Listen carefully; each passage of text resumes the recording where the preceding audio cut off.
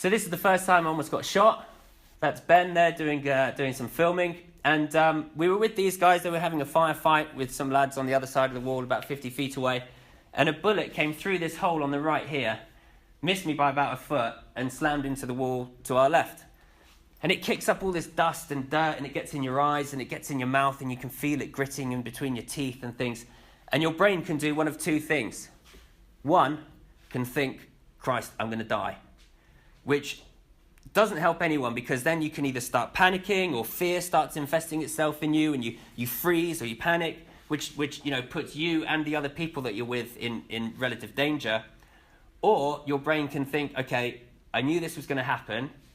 What am I here to do? I'm here to take photos. And then your brain starts thinking more about composition, light, shutter speed, exposure, how to frame the picture, which helps deter your brain from thinking, Christ, I'm going to die any second, to being able to do your job more effectively.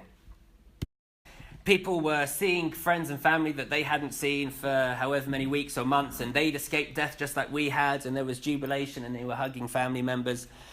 We'd missed our flight the day before because of the rough seas. So we got our flight back to London, and we were back at 1 o'clock in the morning, and I had to be up at 4 in the morning for these guys. Now, I like the royal family. I do. I think they're good for the economy, they're good for tourism, but this is another example of that extreme in mental state of 24 hours prior to this, you're stepping over dead kids, to then all of a sudden having to take pictures of two people that you really couldn't have cared less about at the time.